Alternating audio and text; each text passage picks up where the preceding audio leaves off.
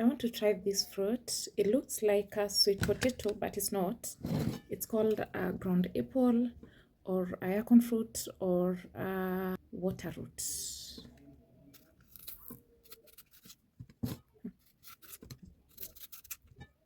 Looks orange inside.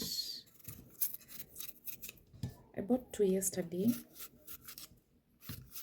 I've never tried, but I have planted a few of them somewhere.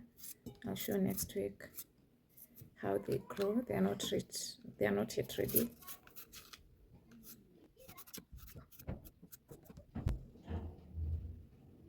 This is how it looks.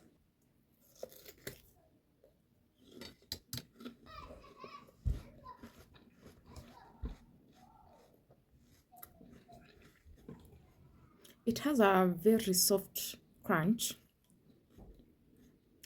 like a very soft pear, not like an apple. Has so much water, almost like a watermelon. Mildly sweet, slightly sweeter than a watermelon, but less sweet than, let's say, a pineapple. And the flavor is reminding me of something. Yeah, a sweet potato. It has a mild sweet potato flavor. Would be perfect for a salad and even juicing.